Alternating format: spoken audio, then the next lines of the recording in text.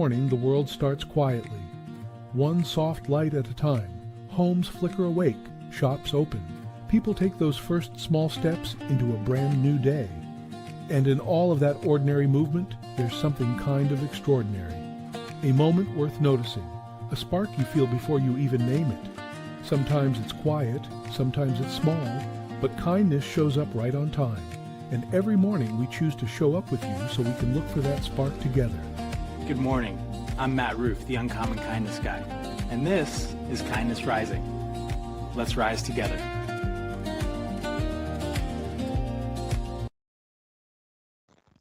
Good morning. Buenos dias and hola to all of my friends here on Kindness Rising. I'm coming from a remote location today. Enjoy the pink wall and the beautiful hand-stitched embroidery behind my head. And also, let's talk about this. Let's talk about today. Before anyone grabs a sombrero and a questionable margarita before 8 a.m., let's talk about what today actually is. It's Cinco de Mayo. Cinco de Mayo. Cinco de Mayo? Cinco de Mayo. And that is not, let me tell you what it's not. It's not Mexican Independence Day. I know. It's not Mexican Independence Day. We have 4th of July. They have Cinco de Mayo, but they're not the same thing. Welcome in this morning from a remote location in northern Pennsylvania. We are having a great day this morning on Kindness Rising, and we're talking about Cinco de Mayo. Hola, Cinco de Mayo. I know. People think it was Mexican Independence Day. It's not. But what it is way more interesting. Good morning, Roseanne. Mom, good morning. So glad to have you. Wherever you are coming in from. Today is one of those days where curiosity actually beats assumption. And I'm sorry if my little table here is moving around. The microphone is all over the place. This is what happens when you go remote. You find your way around. But today is one of those days. One of those days where curiosity beats assumption, because a lot of us were taught a version of Cinco de Mayo that was just incomplete. Or maybe we weren't taught it at all.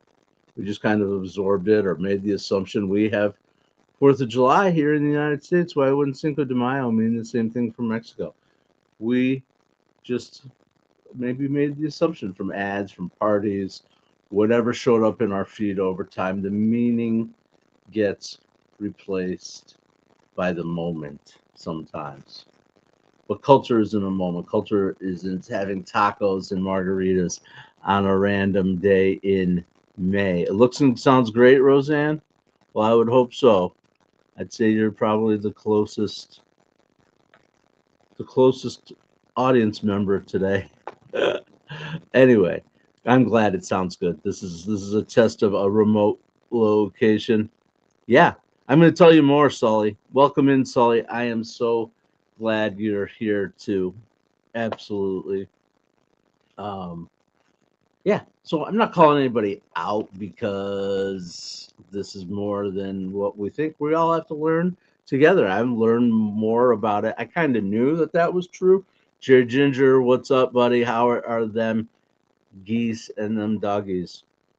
Oh God, I'm gonna blow it again, aren't I, Jerry? Nani and Lulu.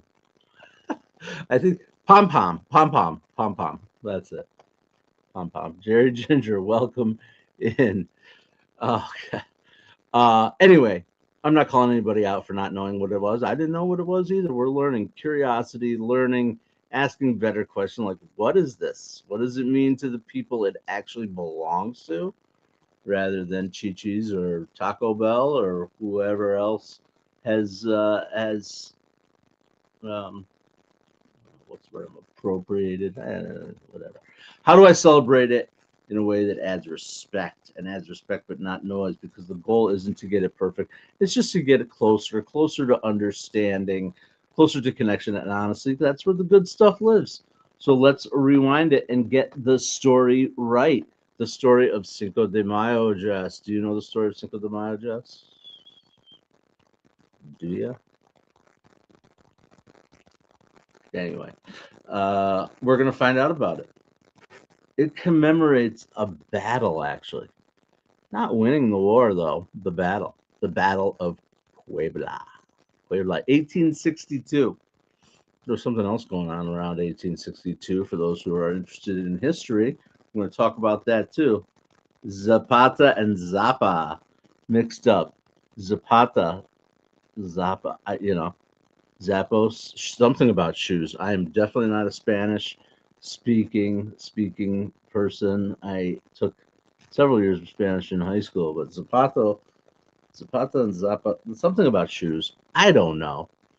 But here's the thing: in 1862, Mexico was in the middle of a battle. They were in the middle of a battle with a European country who was maybe trying to take advantage of people being distracted by other things, or trying a world conquest. We're talking about France. France shows up to Mexico thinking, we're gonna get them. This will be quick. Yep, we'll just attack their smaller army and be done. But that smaller, unequipped Mexican force, led by Ignacio Zaragoza, great name, Ignacio Zaragoza, pulled off their upset victory. An underdog story, David and Goliath, pure Rocky Balboa energy, and that's historically accurate. They did win. They did win the battle. They eventually won the war too, but it was not as cut and dry. That was not the end all, be all. But because of the significance of the battle, because of the significance of rising up against the great odd. Got it. Yes, Jerry, thank you. Mexican Revolutionary Zapata, Zappa. Got it. Cool, thanks, Jerry. I appreciate it. See, I learned something. Yep. Yes, America does love an underdog. And in 1862, there was stuff going on up here in the states of north of Mexico. Yeah, little thing. We had a little infighting going on at that time.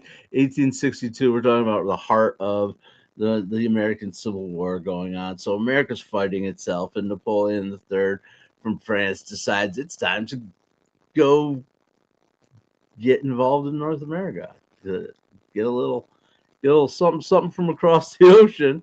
Mexico's standing there, and they're like, nope, not going to happen. The battle did not win the war.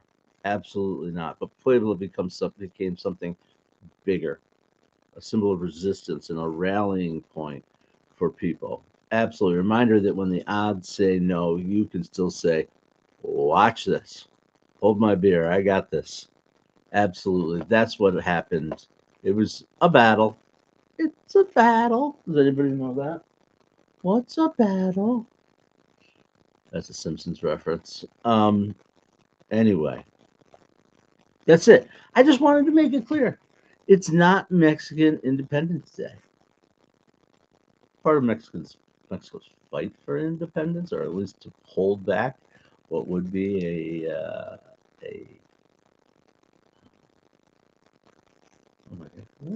yeah.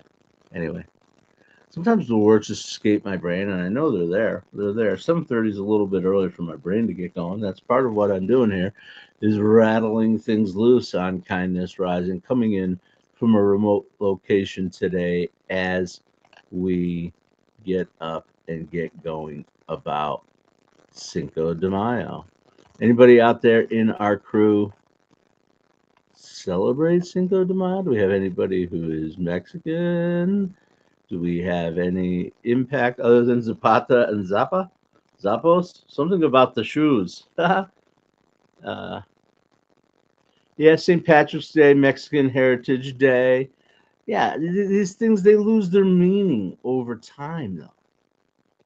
Right? They just seem to lose their meaning because we commercialize them, we Americanize them, we twist them into our own little world to make them work our code for our culture, for our system. So I think it is interesting, right? The Irish have St. Patrick's Day. The Mexicans have Cinco de Mayo. We are the melting pot, and that's fine. But remembering cuatro, cinco, cinco, seis. Pretty, yes, exactly. I got you. Cuatro, cinco, cinco, seis. Pretty fly for a white guy. Jerry Ginger, all right. Dropping offspring. That's an interesting. Never, ever, ever, Jerry, would I see you as an offspring guy. But all right. That's awesome.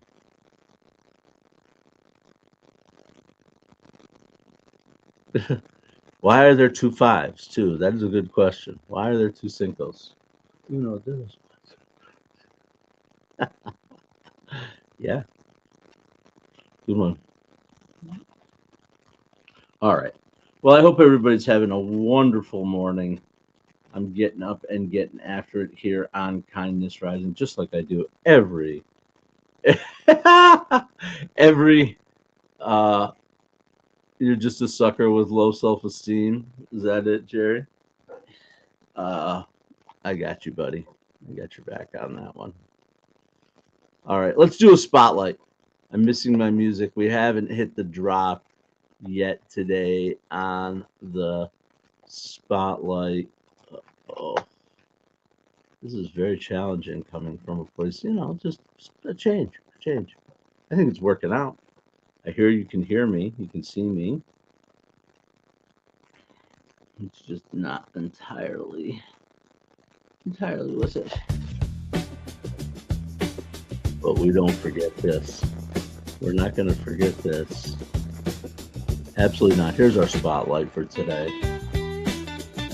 With the drop, if today is about moving from assumption to understanding, then I want to do a spotlight an organization that's doing this right.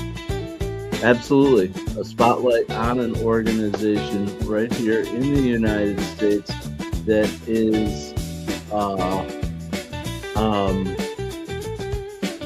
sorry, distracted. An organization that's doing the thing that's dedicated to sharing the richness, the depth, and the diversity of Mexican culture with audiences across the U.S. It's the Mexican Cultural Institute based in Washington, D.C. Washington, D.C. And they do it the right way through art, through music, through history, and through real stories. Not stereotypes. They host exhibits, performances, an educational program about traditional folk art and contemporary thinkers, Mexican artists. And what I love about their approach is this: they don't simply consolidate the culture down to a digestible bite to make it easier to consume. They don't shave off the edges and twist the story a little bit. Adam Holroyd, good morning, buddy. I am so glad you're here today on Cinco de Mayo. Cinco de Drinko is what we used to call it when I was in my 20s, because at the time it was like, all right, where's the closest Mexican restaurant I can get a margarita and some nachos? Right? That was what was important then. We actually had two great Cinco de Mayo celebrations when we lived in DC, actually. For the years that I was there, Cinco de Mayo was a celebration. Of course, we were in our mid to late 20s. It involved enjoying the libations of Mexico. And it's a delicious food. We've had some funny stories about those were the days. Today we are going to celebrate. We're going to celebrate Cinco de Mayo at my house. And not only that, but it's a double whammy. As long as we'll swing the other way. I'm talking about cultural appropriation and appropriateness of our use of culture. Yeah, I'm gonna swing the other way, I guess. Taco Tuesday. It's Taco Tuesday and Cinco de Mayo on the same day. I love tacos. So we'll be doing Taco Tuesday later, but there won't be any Cinco de Drinko involved. Probably not. Maybe. I don't know. Maybe I'll have a Corona, but certainly not to the level that I used to. All right. Anyway, how did I get on drinking Corona from inviting people to experience true Mexican culture through the Mexican Culture Institute in Washington? They invite people to experience the culture, to learn with it, and to engage with it, which feels very kindness rising, frankly. Because curiosity is the first step towards respect. So today, if you got thinking a little differently about Cinco de Mayo, this is a great place to keep going. Thank you so much. All right, we looped around. We got a second drop in for Cinco de Mayo today. Absolutely. Has anybody been to Puebla? It's Puebla, not Pueblo. Once again, my inappropriate Puebla, Mexico, where the smaller Mexican army led by Ignacio Zaragoza. I like to say that. It's fun. Ignacio Zaragoza. Anyway, they withheld the French imperialists. That was the word I was looking for earlier, by the way. It's it. The Empire Strikes Back was yesterday. I wasn't thinking about the French imperialists today. The reality. Curiosity is the first step towards tolerance and empathy. I like that. So I'm going to flash that one up there. And Jerry Ginger dropping in with Mi casa es su casa. Love it. It is very important. I agree. That is an important message. Mi casa es su casa. Absolutely.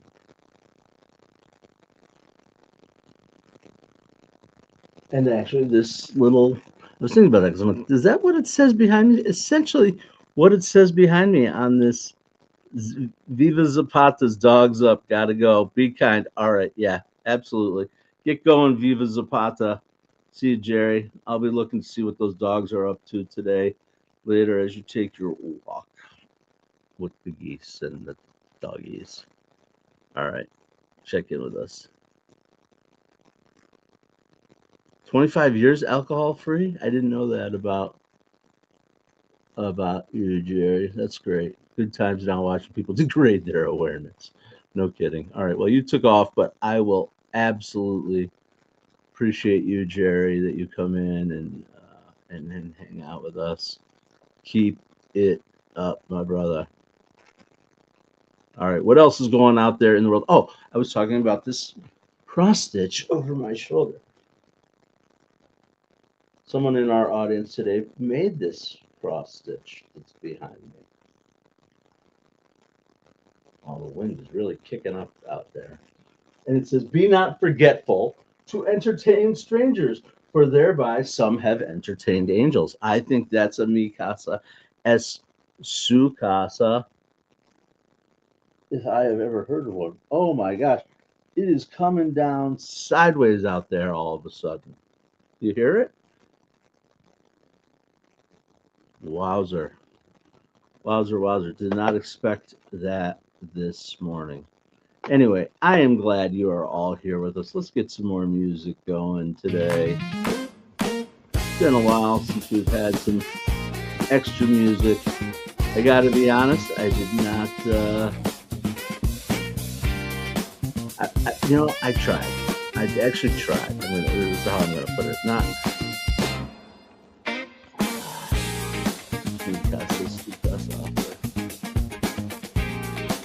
I tried. I had a busy day yesterday, and I actually tried to create some music in the style that would be appropriate for Cinco de Mayo mariachi music, or something that really is traditional sounding without being inappropriate or whatever. But I think a cliche. Right? I don't want to be cliche about things. I want to be appropriate. I want to be classy. classy about it. Oh, you like this one? This, Jess, yeah, I'm glad you like this song. This is the one I developed. It's supposed to be, we'll get to it. We'll let it keep going. This is our Kindness Compass anthem. The compass are takeaways for the day that I always like to try to develop. Trying to develop and write music that goes with each one of these segments. So when you hear a song, you know what's coming. That's how they do it, and the pros do it. That's what we are. We're pros. Figuring it out as we go, though. All right. Having a blast. Having a blast this morning on Mornings in the Lab Network, and I would be remiss. It would not be appropriate for me to forget to tell you guys, to remind you that we're starting a new show today! New show on the Mornings in the Lab Network. It's Thoughts and Coffee, starring Sarah Barnes Humphrey. I've been talking about it. It's our supply chain. We are turning supply chain on its head with our energy. We are getting people up and after in supply chain world with Sarah Barnes Humphrey. I hope you guys are going to check out Thoughts and Coffee on the Mornings in the Lab Network. I highly recommend it. There's an experienced podcaster, super knowledgeable, energetic, and powerfully focused. I think it's going to be entertaining too. I'll learn a thing or two about supply chain. Why not? Why wouldn't we want to know about it? It affects every single one of our lives. So why the hell wouldn't we want to know something about it? Sarah Barnes Humphrey, welcome. Welcome with Thoughts and Coffee to the Mornings in the Lab Network. We are so excited to have you. We are just getting started. Absolutely. Let's talk supply chain. Sarah Barnes Humphrey with the Thoughts and Coffee Show. Be on the lookout here on Mornings in the Lab Network. And that's what we're doing. We're growing. We're growing constantly on Mornings in the Lab Network. More conversations with people who are interested in starting shows, who are interested and understand the power that we have right there at our hands. Power to go live, share our story, and rise above the noise of the day. That's what we do on Mornings in the Lab Network. Amazing supporting a network of really cool individuals, all with our own different little kind of spins on things and takes on things, experiences, expertise. We're all authentic, trustworthy, and entertaining, and that's why we are doing it here on Mornings in the Lab. Scratch my face. It's awesome. Sarah Barnes Humphrey is going to be joining myself with Keith and John Anderson and Brianna Bass, who's going to be on Mornings in the Lab this morning over there with No Safe Words segment. All the guests that have been joining us. We're at a tipping point. It's the truth. You guys, Jess, Jerry, you're gone, but I'll mention you anyway in case we can do it later. Mike Sullivan, Roseanne, of course, Keith, so we can go away. This team, this group of people, you're part of it, along with Melissa and Jimmy and Paul Reedner and Adam House at What's the Truck and the whole crew. John, we're building something pretty special here, and I'm so glad that you are all part of it here on Mornings in the Lab Network.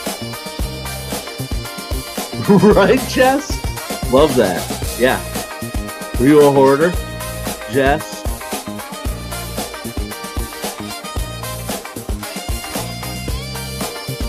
Were you a hoarder of toilet paper during the pandemic? It was definitely a thing, right? I mean, it's definitely...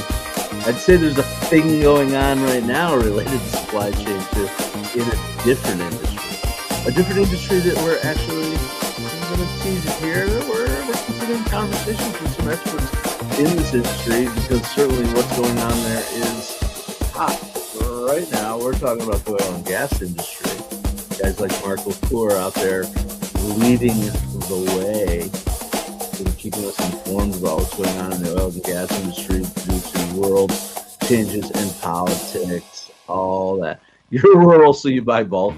Do you have TP subscription? I know people who have their paper towels or TP, all that stuff. on subscription. Amazon's just dropping it off, and occasionally things will back up, and all of a sudden they're like, why do I have 700 rolls of toilet paper? I get it. It's convenient if you actually use at the right rate. Otherwise, you've got to manage it. Costco, you're a Costco person. All right. Okay. Costco, Sam's, BJ's, all those club places, buying in bulk. Thanks for sharing, Jess. Glad I understand that if I am ever in rural Kentucky, Kansas, I forget. I'm sorry, remind me again, Kansas? Anyway, if I'm ever where Jess is, I'm probably going to have a supply of toilet paper. That's ridiculous. Okay. Let's do it. Let's do the compass. Since we've been listening to the compass theme for a while, Kentucky, thank you. I'm embarrassed. I knew that. I knew it.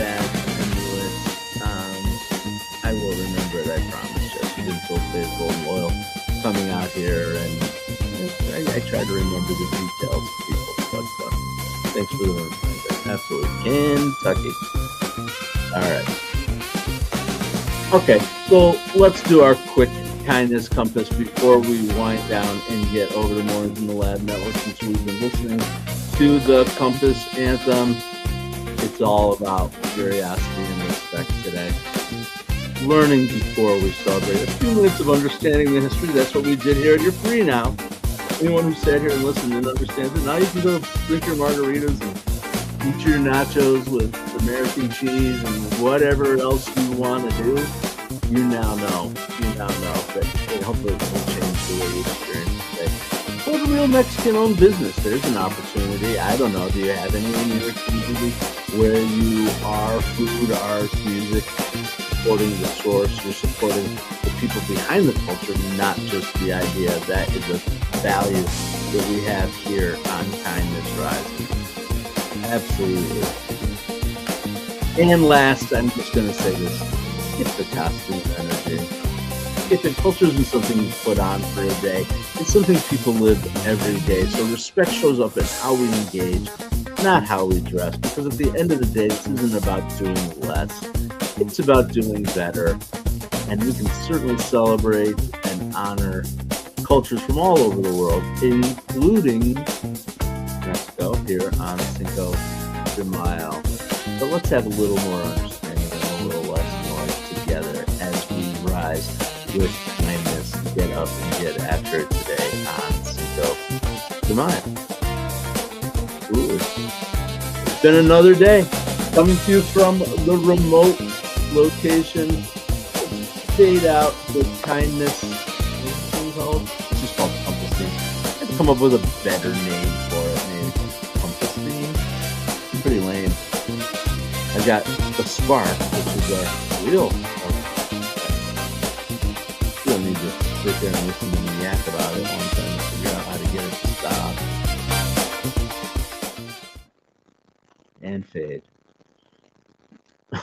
Learning the fade buttons, learning all the buttons, continuous adventure here on Kindness Rising and in the Mornings in the Lab Network. I am just grateful, absolutely. Por favor, please, thank you, gracias. All those things, absolutely. Thank you, everyone, for joining us here on Cinco de Mayo. We will be back. We'll be back on 6 de Mayo tomorrow. Absolutely, 7:30 a.m. Eastern. But remembering that Cinco de Mayo isn't about getting it perfect. It's about getting it closer to understanding, closer to respect, closer to a connection. Because in that same moment in history, one country was divided against itself. Remember, the American Civil War was going on, and another was standing up against outside pressure, because in that same time, different outcomes, that division weakened through both of those. Unity, even imperfect unity, creates resilience. And when we take the time to understand someone else's story, we don't lose anything. We expand everything.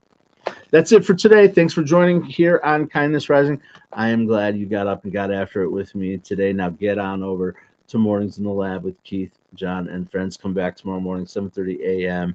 Check out Sarah Barnes Humphrey, the Thoughts and Coffee show at, I think it's 9 a.m. this morning. You can go out onto YouTube and search for Thoughts and Coffee.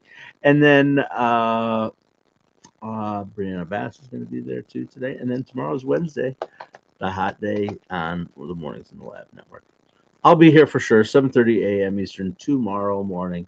Until then, stay uncommon and stay kind.